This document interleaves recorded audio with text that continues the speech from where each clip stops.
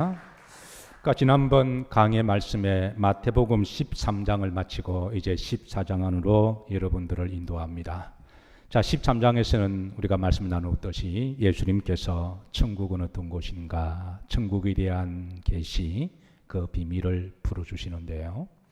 결론적으로 하나님의 나라, 천국, 말쿠토 샤마임의 그 축복은 세 가지로 정리가 될 수 있음을 말씀드렸습니다. 어쨌든 우리 성도님들은요, 따라서 하십니다. 천국의 복이 있어야 합니다. 그 천국, 하나님의 나라의 복은 내 안에 있는 심령의 천국이 되기를, 그리고 내 위에 있는 우리가 영원한 하나님의 나라의 천국, 그리고 내 옆에 있는 천국은 이제 내가 함께 사는 가정이나 또 나와 너 사이에 그 부부의 관계일 수도 있고 또 성도들과의 인간 관계일 수도 있습니다. 어쨌든 내 안에 있는 천국, 내 위에 있는 천국, 내 옆에 있는 천국, 특별히 명절을 맞이해서 여러분들의 가정이 천국이 되기를 주의 이름으로 축복합니다. 이제 14장으로 넘어오면서 14장은 이제 15장과 더불어 한 묶음으로 한 주제를 말씀하고 있는데요. 한 큰 주제는 예수님의 각종 기적과 이적을 보여주시고 있습니다. 14장만 하더라도 여러분들이 잘 아시는 벳세다 광야에서 물고기 5개와 보리떡 2개로 5,000명을 먹이시는 그런 놀라운 기적을 행하셨고요. 그리고 이제 또 무리를 걸으시는 기적을 행하셨습니다. 그리고 15장에도 여러 가지 기적들이 나오는데요. 예수님 이런 기적들을 보여주신 것은 기적 자체가 목적이 아니라 두 가지가 분명한 목적이 있습니다. 첫 번째 메시지의 목적은 예수님은 기적을 통하여 구약에 오시기로 한 바로 그 메시아이심을 드러내시기 위함이세요. 두 번째는 그 예수님을, 기적을 행하신 주님을 나의 구주로 믿고 내가 구원받아 하나님의 나라, 하나님의 백성이 되는 것입니다. 그래서 우리가 앞으로 이제 14장과 15장에서 우리가 주님의 여러 가지 기적을 볼 터인데요. 어떤 분은 그냥 기적이 일어나면 기적 자체에 함몰이 되어서 그냥 열광하시는 분이 계시는데, 그거를 넘어서 기적 위에 계신 예수 그리스도를 바라보시고 또 다시 한번 예수님이 나의 구주가 되시고 하나님이 나의 아버지가 되시는 구원의 즐거움이 있으시기를 주의 이름으로 축복합니다. 자, 14장에서는 총 3가지 주제를 말씀하고 있습니다. 2가지 주제는 제가 말씀드렸습니다. 오병이의 사건과 무리를 걸으신 예수님. 근데 그 앞에 1절부터 12절까지는 세례 요한의 죽음과 순교에 대해서 다루고 있어요. 어떻게 보면 주님의 여러 가지 기적들과 세례 요한의 죽음과 순교는 서로 별로 관계없는 것처럼 보이지만, 그러나 우리가 큰 그림을 퍼즐을 맞추다 보면 처음에는 퍼즐 하나하나가 좀 이해가 안 되지만 나중에 보면 이해가 될 때가 있습니다. 그래서 큰 그림이 그려져서 그렇구나 할 때가 있는데요. 오늘 세례 요한의 이 죽음과 순교 사건도 메시아의 큰 그림에 보면 한 퍼즐에 불과하고요. 그리고 나중에 이제 계속 강의를 이어갈 테니까 나중에 되었어야 또 그런 하나님의 뜻이 계시구나라고 이해를 하게 되실 거예요. 자, 우선 1절 말씀, 여러분들을 주의 말씀으로, 생명의 말씀으로 인도합니다. 다 같이 한번 합독하시죠. 그때에 본붕왕 헤롯이 예수님의 소문을 듣고 그랬습니다. 자, 헤롯 왕이 예수님의 뭐를 들었다 그랬나요? 소문. 예수님의 소문은 어느 지역적인 소문이 아니라 이제 전국구적으로 퍼져나갑니다. 갈릴리에서만이 아니라 이제 유대와 이스라엘과 그 주변에 이렇게 쭉 퍼져나가면서요. 항상 정치인들은 여론이 민감하죠. 따로 여론 기관을 두기도 하고 여러 사람들을 껴서 동향을 파악합니다. 예나 지금이나 특히 예수님 당시는 더 여론에 민감하게 반응했는데요. 그래서 헤롯이 사람들을 보내서 유대 사회가 어떻게 돌아가는지 이렇게 여론을 평가하니까 예수님의 소문이 점점 지역에서 갈릴리에서 사마리아에서 유대로 퍼져나가는 것을 듣게 된 거죠. 여기에 소문은 적은 소문이 아니라 큰 소문이었습니다. 예. 자, 2절 보십시다. 2절 보시면, 자, 그래서 세례 요한이 그 신하들에게 이렇게 말을 합니다. 자, 따라서 하십니다. 이는 세례 요한이라. 그가 죽은 자 가운데서 살아났으니 그의 능력은 그 속에서 역사하는 세례 요한의 능력이다라고 헤로드 왕이 그렇게 말을 해요. 자, 이 말씀은 세례 요한이 얼마 전에 이제 죽음과 순교를 당했습니다. 그런데 그 민족적인 영웅이었던 세례 요한이 다시 부활해서 마치 예수님으로 투사가 되어서 예수님의 그 능력이 세례 요한처럼 전 유대 민족에게 영향력을 주었다고 하는 비교죠. 자, 우리가 유대인들에게 있어서 세례 요한의 인식, 세례 요한의 영향력이 얼마나 대단했는지 오늘 본문을 이해하기 위해서는 좀 알 필요가 있는데요. 자, 예수님 당시 세례 요한은 유대인들에게 있어서는 민족의 소망이었고 희망이었습니다. 특별히 그가 광야에서 외치는 소리는 민족의 구원의 소리였습니다. 그가 광야에서 회개하라고 외쳤을 때 그때 많은 사람들이 세례 요한 앞에 와서 눈물을 흘리며 회개했습니다. 왜냐하면 구약에서 신약으로 넘어오는 400년 기간을 역사학가들은 말하기를 암흑기라고 평가를 해요. 근데 이 400년 동안에 대체 무슨 일이 있었냐 하면 이스라엘 민족은 정치적으로 나라를 빼앗겨서 식민 통치를 받고 있었습니다. 로마 제국의 통치를 받고 있었으니 우리나라도 한때 일제 강점기에 나라를 빼앗겼을 때 많은 선각자 지도자들이 시국야 대일 방성을 외치고 옷을 찢고 상투를 잘라서 그렇게 대성통곡한 적들이 있는데요. 당시가 그랬습니다. 정치적으로 나라를 빼앗겼으니 나라 없는 백성의 암흑의 시기를 지나고 있었습니다. 경제적으로도 암흑기를 지나고 있었는데요. 안 그래도 유대 광야 땅은 척박하고 메마른 땅이어서 농사가 잘 되는 땅이 아닙니다. 손에 피가 나서 농사를 해야 먹고 사는데 그런데 세금을 60% 70%를 로마 제국에 바쳐야 했으니까 또 게다가 또 이렇게 이리 뜯어먹고 저리 뜯어먹는 또 그런 사람들 때문에 먹고 사는 문제가 너무나 힘든 그런 시기였어요. 그래서 이런 정치적인 암흑기에 정말 어느 지도자가 나와서 해방시켜 주기를, 경제적으로 먹고 살기 힘들 때 바보야 경제야 이 한마디로 대통령 된 사람들이 있죠. 그래서 그만큼 경제 문제가 중요한데 그래서 세례 요한이 이 문제도 해결해 줄 것을, 어떤 사람은 또 세례 요한을 메시아로 보는 사람도 있었어요. 그래서 그는 영적인 암흑기에 우리가 다른 갈증과 목마름과 아픔이 있지만 우리가 한때 우리 민족은 민주주의에 대한 타는 목마름으로 먹고 살만한 지성인들이 길거리 나와서 그냥 가만히 있어도 되는데 먹고 사는데 불편함이 없으신데도 지성인들이 길거리 나와서 목소리를 외치고 또 돌을 던지기도 했던 것은 민주주의에 대한 영혼의 목마름이 있었죠. 마찬가지로 당시 유대인들은 영적인 목마름이 있었어요. 어떤 사람은 내가 가난해도 살겠고 내가 힘들어도 살겠는데 이 영적인 갈급함, 이 영혼의 갈급함은 이거는 근원적인 문제잖아요.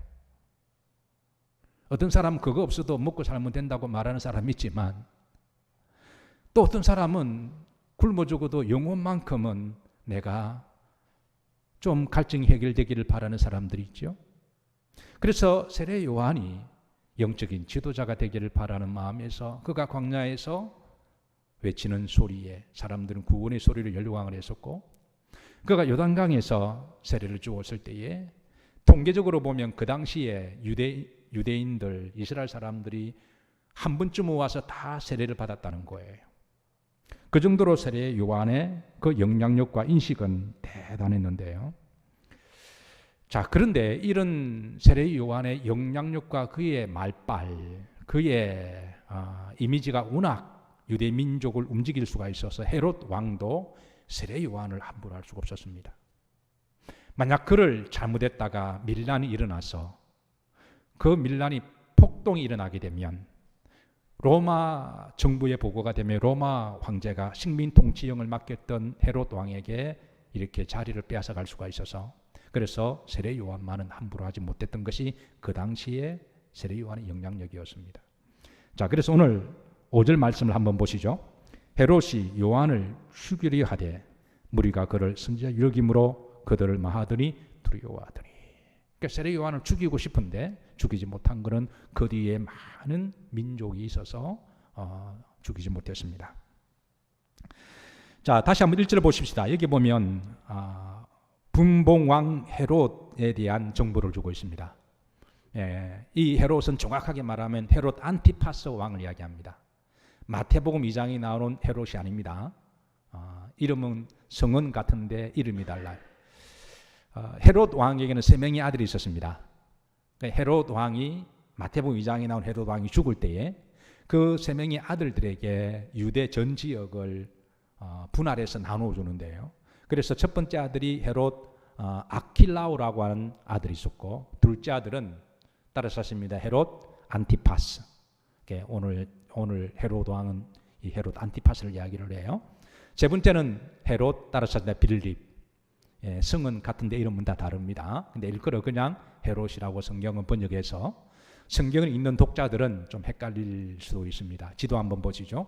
지도 보시면 헤롯 대왕이 그 아들들에게 세 지역을 나눠주는데요.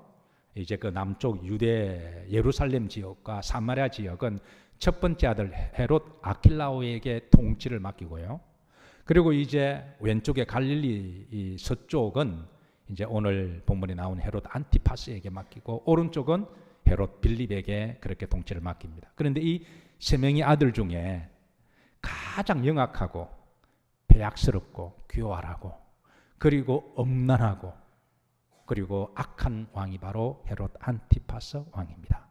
이 왕은 자신의 목적을 위해서라면 수단과 방법을 가리지 않는 사람인데요. 여러분, 안타깝게도 매 시대마다 이런 사람들이 있나요, 없나요? 매 시대마다 우리가 이런 사람들을 봅니다. 왜 많은 사람들이 정치에 대한 실망을 느끼나요? 결국은 이념이고 사상이고 다 떠나서 결국은 지나보니까 자기 이익을 위해서, 자기 목적을 이루기 위해서 그런 모습을 보고 많은 사람들은 정치적 실망을 가지게 되는 것이죠. 어쨌든 시대마다 이런 사람은 있는데, 당시 대표적인 사람이 바로 헤롯 안티파스 왕입니다. 자, 이 헤롯 안티파스의 이 영악하고 배악하고 교활했던, 여기 대해서 주님께서 경고하신 말씀이 있는데요. 자, 마가복음 8장 15절입니다. 다 같이 한번 합독하십니다. 예수님께서 경고하여 이르시되 삼가 바리새인들의 누룩과 헤롯의 누룩을 뭐해라? 주의하라. 예수님이 경고하고 또 한 번 더 삼가 주의하여 말씀하시길, 매 시대마다 이런 헤롯과 같은 누룩이 있으니까 그런 사람들을 뭐해라? 삼가하고 멀리하고 뭐해라? 주의하고 분별해서 같이 엮이지 말라는 거예요. 자, 당시에 이 헤롯의 엽기적인 행각을 성경은 드러내고 있습니다. 자, 3절 한번 보시죠. 자, 3절에 보시면, 잘 보시면 이제 그 시간적 시제가 조금 달라져요. 1절부터 2절 시간적 시제는 현재라고 한다면 3절부터 11절까지는 시제를 과거로 시제로 사용하는데요. 자, 3절 초반절에 보면, 자, 앞에 시간 부사가 있습니다. 따라서 하십니다. 전에. 이 한 단어에 불과하지만 이거는 엄청난 역사적 평가에 대한 무서움이 있습니다. 전에. 그러니까 전에 헤롯이 무슨 짓을 했는지 하나님이 드러내고 있습니다. 3절부터 12절까지 조금 더 깊이 들어가면 전에 헤롯 안티파스 왕과 그의 아내 헤로디아가 무슨 짓을 했는지, 그리고 조금 더 들어가면 그의 딸 살로메가 무슨 짓을 했는지, 세례 요한에 대해서 무슨 엽기적인 행각을 했는지 성경은 때가 되어서 침묵하지 아니하고 드러내고 있습니다. 전에 사실 헤롯과 헤로디아와 살로메와 또 거기에 빌붙어 사는 야합적인 정치인들이 엄청난 엽기적인 일을, 배악적인 일을 하고 이를 쉬쉬 숨겼습니다. 초대교회 문헌에 의하면 이 사건이 숨겨져 있다가 나중에 드러나게 되는데요. 그래서 이 엽기적인 사건이, 그래서 한동안 그 연회장에서만 자기들끼리만 아는 거로 하고 이제 밖으로 여러 가지 루머를 통해서 퍼져나가는데요. 어떤 사람은 세례 요한이 감옥에서 그냥 이렇게 조용히 죽었다라고 그렇게 루머로 알고 있는 사람이 있고, 어떤 사람은 세례 요한이 병사로 죽었다라고 말하는 사람이 있고, 또 어떤 사람은 세례 요한이 풀려나서 조용하게 은둔 생활해서 죽었다고 하는 루머도 있고요. 그리고 또 이제 오늘 본문에 있는 그런 진실이 밝혀지는데요. 그래서 세례 요한이 당장 죽고 난 다음에는 그 진실이 가려져서 사람들이 알 수가 없었어요. 구글 궁정 안에서 일어난 사건이기 때문에 만약 이것이 밝혀지면 오늘 5절의 말씀처럼 유대가 뒤집어집니다. 왜? 세례 요한은 민족의 지도자였거든요. 오늘 이 엽기적인 행각을 여러분들에게 소개합니다. 이미 읽어오신 분들은 오늘 본문의 내용을 알고 계시겠지만, 그 과정을 오늘 성경은 밝혀내고 있는데요. 이 세상에는 악한 자들이 참 많습니다. 좋으신 분들은 참 많이 있지만 이익을 위해서라면 무슨 짓을 하는 사람들이 있는데요. 이런 사람들이 하는 두 가지 착각이 있습니다. 첫 번째는 자신들이 하는 짓을 아무도 모를 거라고 생각해요. 이게 이제 첫 번째 착각입니다. 두 번째 착각은요, 아무도 자기가 이 하는 일로 인해서 그 대가나 심판을 생각하지 않습니다. 없을 거라고 생각해죠. 잘 묵고 잘 살았더라. 그렇게 생각하는 건 착각인데요. 그런데 이 악한 짓이 무슨 짓을 하는 것을 누구보다도 잘 지켜보시고 아시고 기록하시는 분이 하나님이십니다. 그리고 하나님은 때가 되시면 기가 막힌 타이밍에 이 모든 지부를 다 드러내셔서 심판하시는데요. 그래서 누가복음 12장 2절에 보면 주께서 이런 말씀하십니다. 따라서 하십니다. 감추인 것이 드러나지 않을 것이 없겠고 숨기운 것이 알려지지 않을 것이 없나니. 때가 되면 천지를 주관하시고 심판하시는 하나님이 때가 되면 기가 막힌 타이밍을 맞추어서 다 드러내신다라는 거예요.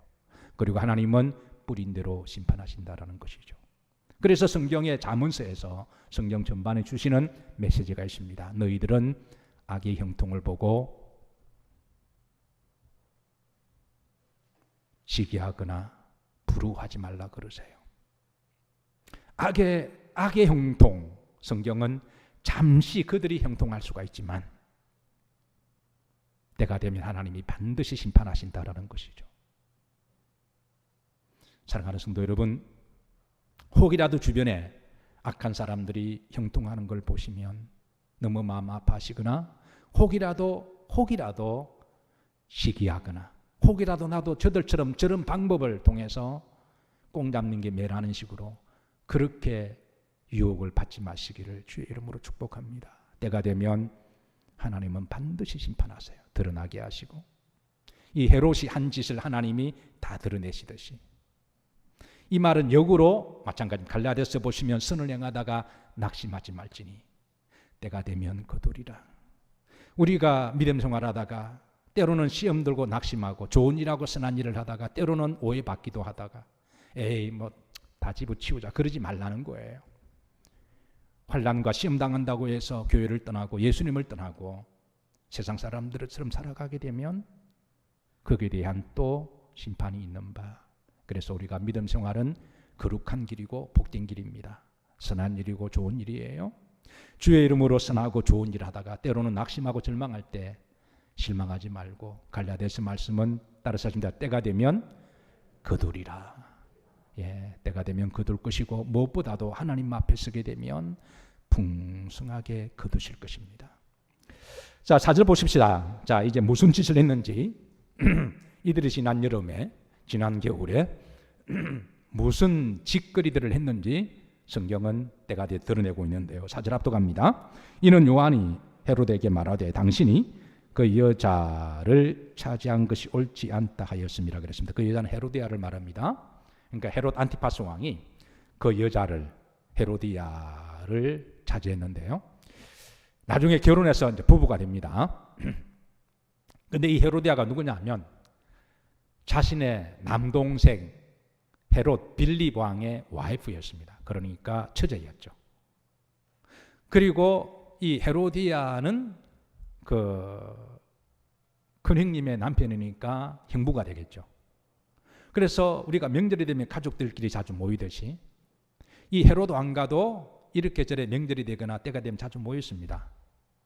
그런데 이 헤롯 왕은 악하기도 하고 음란한 왕이었고, 그리고 부창부수라 그랬나요? 그 빌립의 와이프 헤로디아도 이 또 이세벨처럼 악하고 음란한 여자였습니다. 참 이상하죠. 음란한 사람들끼리는 서로 알아보는 게 통한다면서요. 왜 참 이상하게 서로 눈빛만 주고 보면 또 안 돼요. 그 두 사람이 서로 눈이 맞았습니다. 그래서 두 사람 은밀하게 음란한 짓을 즐겼습니다. 용서하시고 들으세요. 이 두 연놈들이. 그래서 이제 이 헤롯 안티파스 왕의 조광 지처가 있는데 그 아내를 여러 가지 이유를 삼아서 내쳐버립니다. 이혼을 하게 돼요. 이것도 참 인간이 할 짓이 아니죠. 그래서 그 헤로디아와 그렇게 결혼하기 위해서 이혼을 했는데요.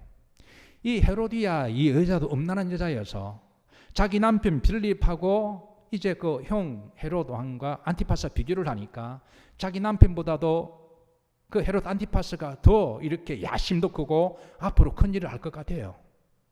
그래서 자기 남편을 쳐버리고 그리고 그 형부와 결혼해서 이렇게 결혼하게 되는데요.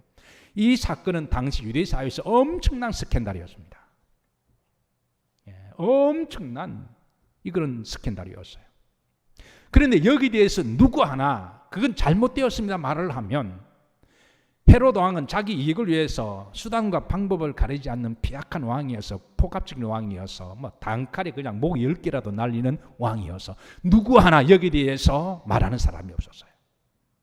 그런데 여기 대해서 떳떳하게 당당하게 말하는 사람이 있었는데 누구였을까요? 세례 요한이었습니다. 세례 요한이 이제 6절입니다. 우리가 다시 한번 4절입니다. 4절 보시면 자 이런 배경을 가지고 다시 한번 합독하시죠. 이는 요한이 헤롯에게 말하되 당신이 그 여자를 차지한 것이 옳지 않다 하였습니다. 이거는 윤리적으로 가정적으로 근친상간이니까 이거는 옳지 않은 거죠. 그리고 도덕적으로도 윤리적으로 인격적으로 인간적으로 이거는 틀린 일이다. 이렇게 이 일에 대해서 알려줍니다. 그래서 이 말을 들은 헤롯 왕은 괘씸죄를 적용해서 그래서 이 세례 요한을 죽이려고 합니다. 그 헤로디아도 똑같은 부창부수여서 세례 요한을 죽이려고 하는데 문제는 5절입니다. 다시 한번 보시죠. 헤롯이 요한을 죽이려 하되 무리가 그를 선지자로 여김으로 그들을 두려워하더니 그래서 죽이지는 못하고 감옥에 가두게 됩니다. 자 그리고 시간이 어느 정도 흘렀습니다. 헤롯의 생일 때입니다. 6절입니다. 마침 헤롯의 못이 되어 생일이 되어 흔히 그 당시에 이제 궁정에서 연회는 무의들이 와서 막 춤을 추기도 하죠. 그런데 이제 그 헤로디아의 딸 살로메라고 하는 딸이 있었는데요. 이 살로메가 그 연회에서 춤을 춥니다. 그런데 그 춤을 보고 헤롯 왕이 홀딱 반해버립니다. 대체 어떤 춤을 췄는지는 모르겠지만 대체 어떤 춤을 춘지는 모르겠지만 헤롯 왕이 홀딱 반해서 그가 하지 말아야 할 말을 합니다. 이거는 객기였고 자기 오만이었습니다. 자기를 과시하고 싶은 술도 취했고 자기가 왕임을 그래서 객기를 부린 건데 그게 뭐냐면 7절입니다. 여기 맹세와 약속을 두 번 반복합니다. 합독하시죠. 헤롯이 맹세로 그에게 무엇이든지 달라는 대로 주겠다 약속하거늘. 그러니까 가오 잡고 폼 잡고 천상천하 유아 독존이니까 술도 취했겠다. 그래서 그 윤회장에서 해서는 안 될 말을 합니다. 너가 소원이 뭔지 말해라. 내가 무엇이든지 다 들어주겠다. 자 8절입니다.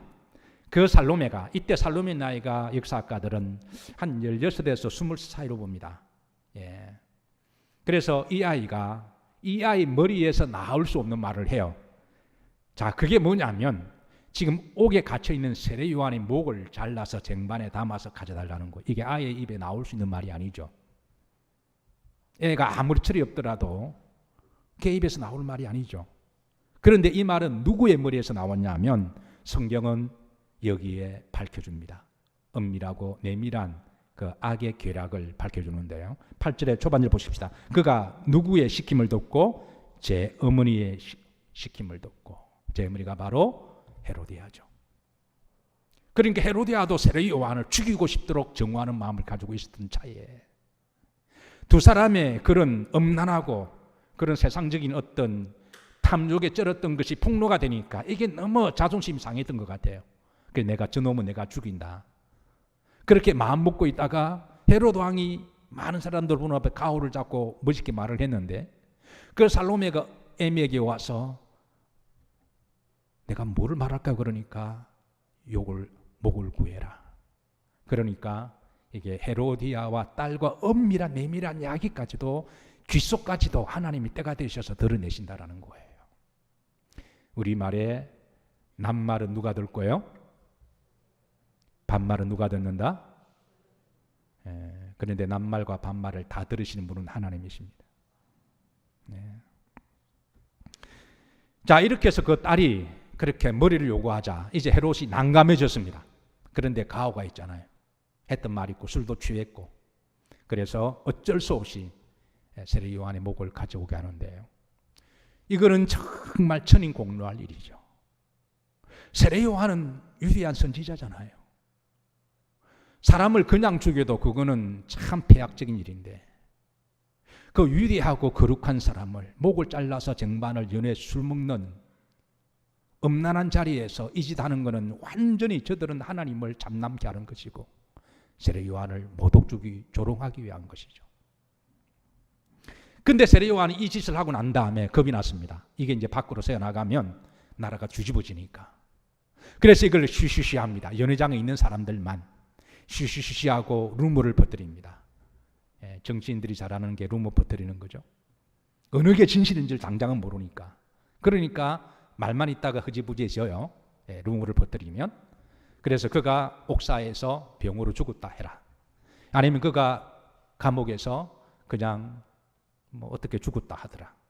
아니면 그가 풀려났는데 조용한 곳에 가서 숨어서 이렇게 죽었다. 그러니까 여러 가지 루머가 그 당시에 쉬쉬쉬 돌다가 유대인들도 갈등하다가 그냥 이 문제가 잠적해져요. 근데 사람은 속여도 하나님은 속이지 못합니다.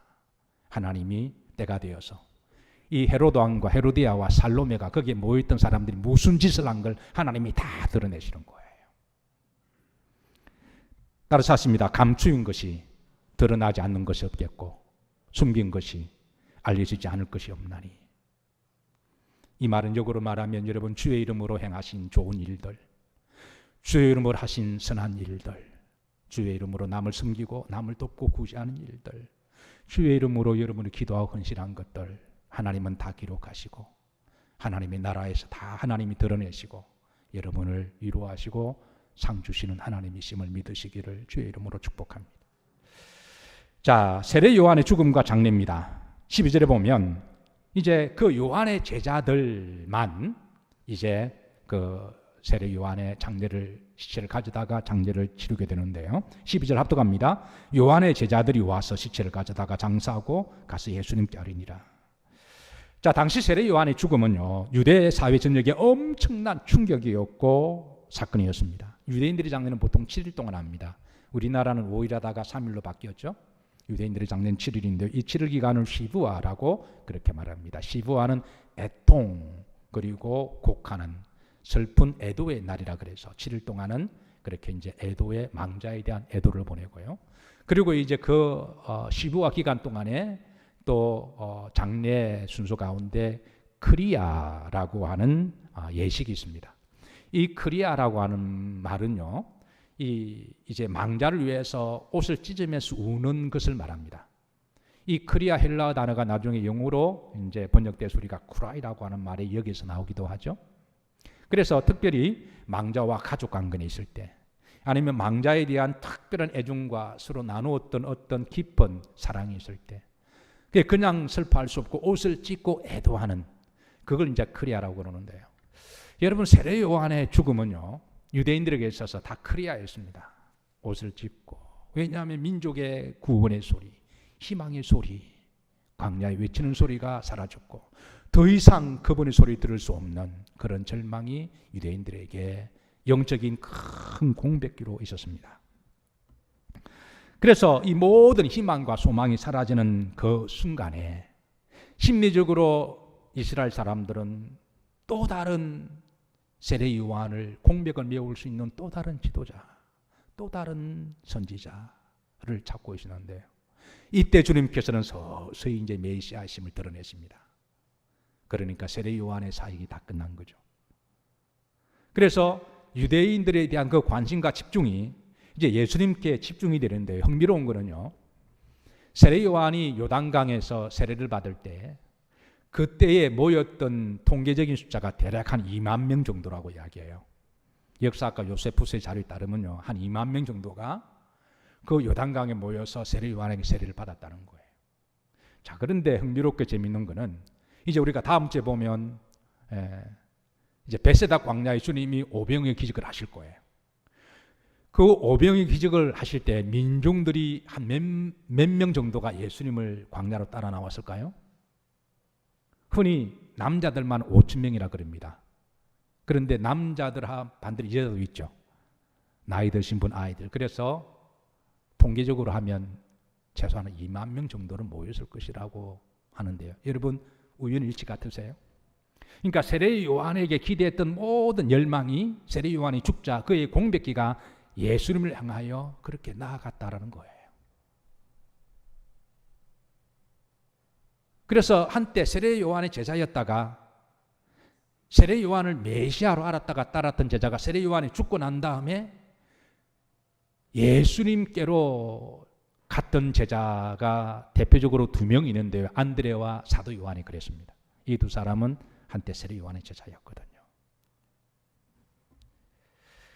어쨌든 이 사건 이후로 말미암아 이제 모든 희망과 구원에 대한 소리는 예수님께 집중이 되는데요.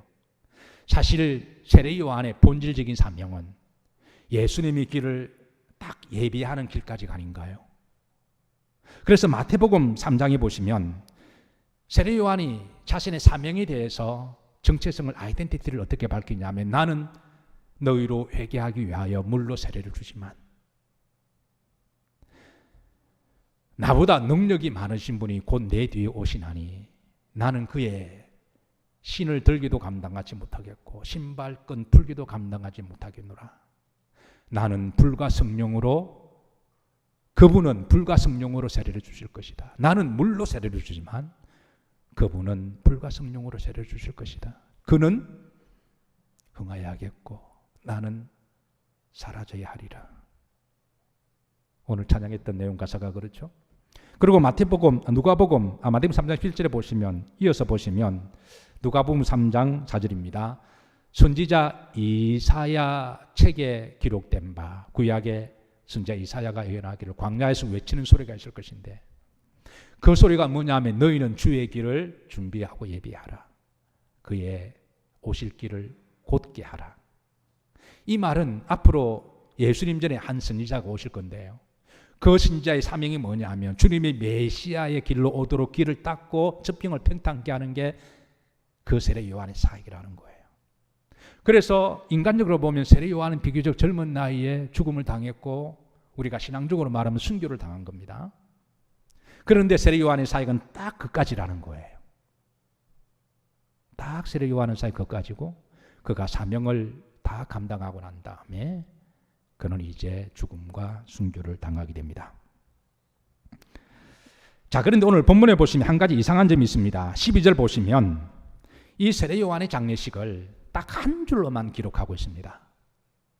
사실 이 세례 요한의 장례식을 그 당시 유대 전역에 엄청난 장례식이어서 민족장이었기 때문에 조금 길게 언급해도 되거든요.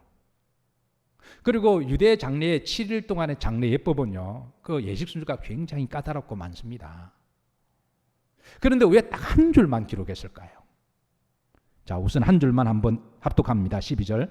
요한의 제자들이 와서 시체를 가져다가 장사하고 가서 예수님께 아뢰니라. 딱 한 줄만 이 위대한 지도자 세례 요한에 대한 장례식만 기록하고 있습니다.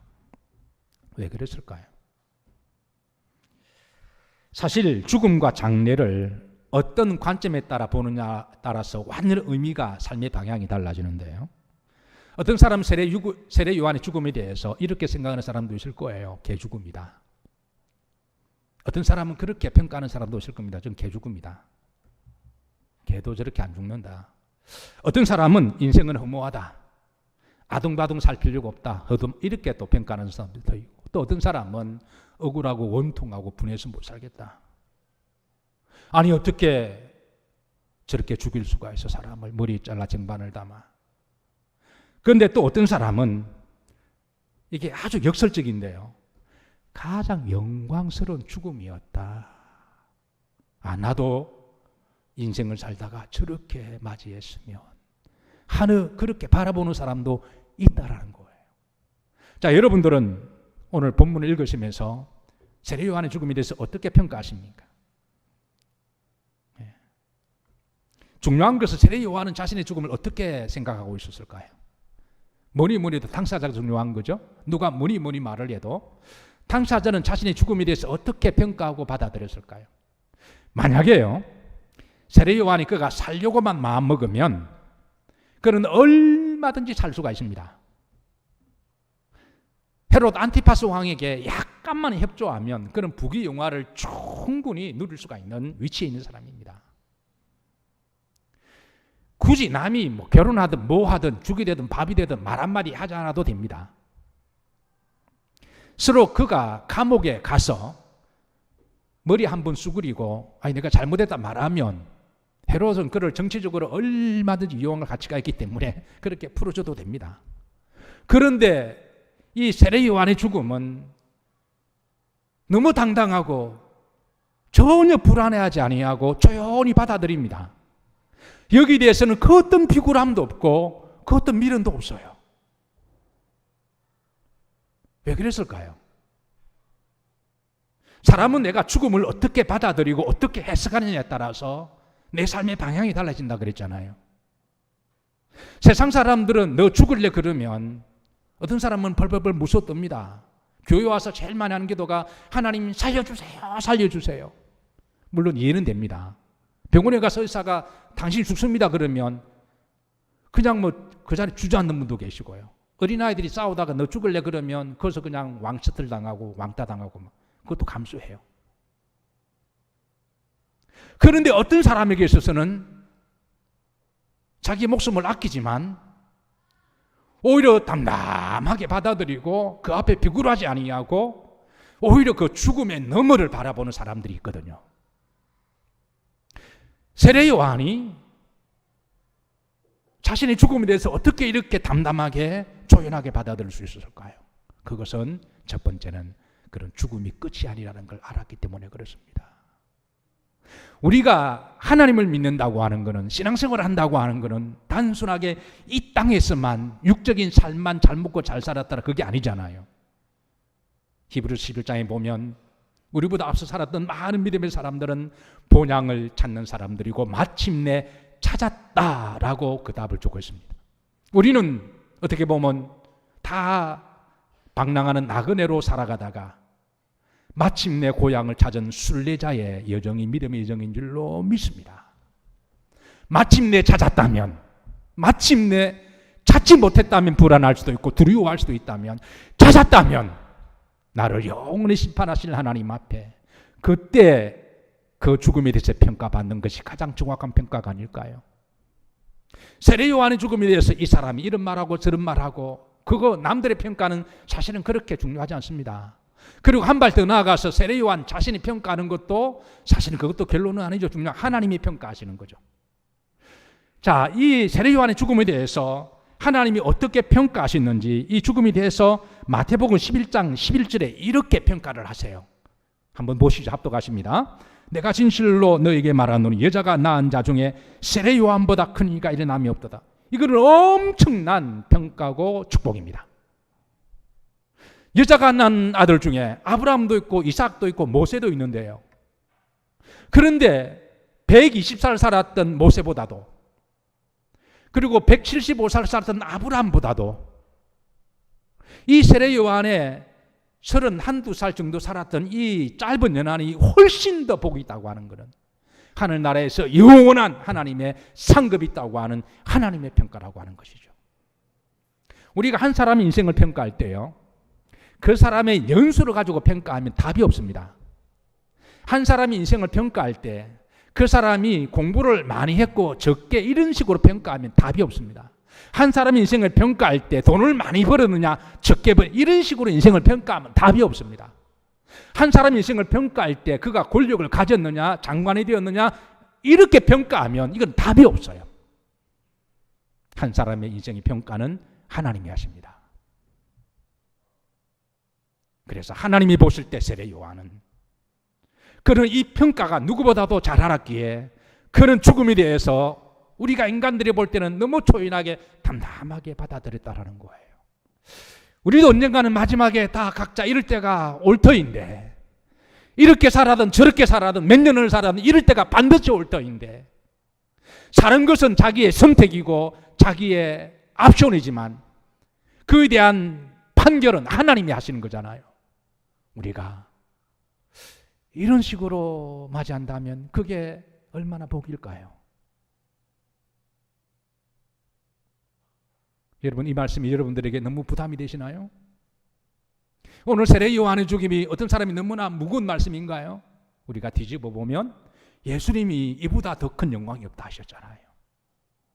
여러분, 우리가 살아가는 스테이지가 다르고 내가 하는 잡은 다르겠지만 내가 만나는 사람이 다르겠지만 주의 이름으로 살아가셔서 언젠가는 우리도 이제 누구나 다 이 순간이 왔을 때 이렇게 하나님 앞에 좋게 평가받으시기를 우리가 이를 위해서 기도해야 됩니다. 주의 이름으로 축복합니다.